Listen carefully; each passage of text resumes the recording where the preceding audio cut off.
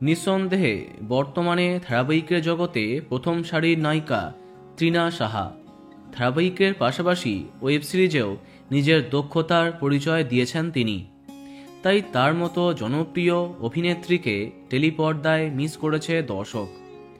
সম্প্রতি তৃণার নতুন গল্প পরশুরাম আজকে নায়কের প্রথম প্রোমো সামনে আসার পরে এক্সাইটেড হয়ে যায় অনেক দর্শক। তবে তৃণাকে আবার বাংলা ধারাবাহিকে দেখে অনেকেই অবাক হয়েছে, কেননা হিন্দি চ্যানেল সোনি টিভিতে একটি ভৌতিক গল্পে তৃণার নায়িকা হবার খবর ছিল। বাংলার পাশাপাশি হিন্দি পেজগুলিতেও এই আপডেট শেয়ার করা হয়।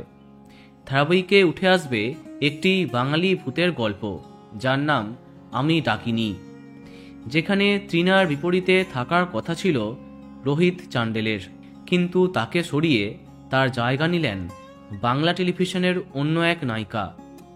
আমি ডাকিনি সিরিয়ালে রোহিতের নায়িকা অর্থাৎ ডাকিনি হচ্ছেন জনপ্রিয় টেলি অভিনেত্রী শর্মিষ্ঠা আচার্য।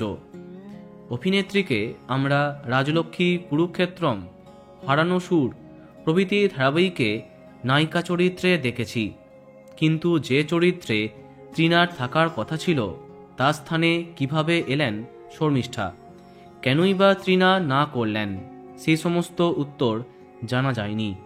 যাই হোক, এর পরিবর্তে জলসার নতুন গল্পে নায়িকা হচ্ছেন তৃণা সাহা। তো বন্ধুরা, এখন তোমার কি মন্তব্য কমেন্টে জানাতে পারো। আর এই রকমই আরও অনেক ভিডিও পেতে সাবস্ক্রাইব কারেন্ট বস। ধন্যবাদ।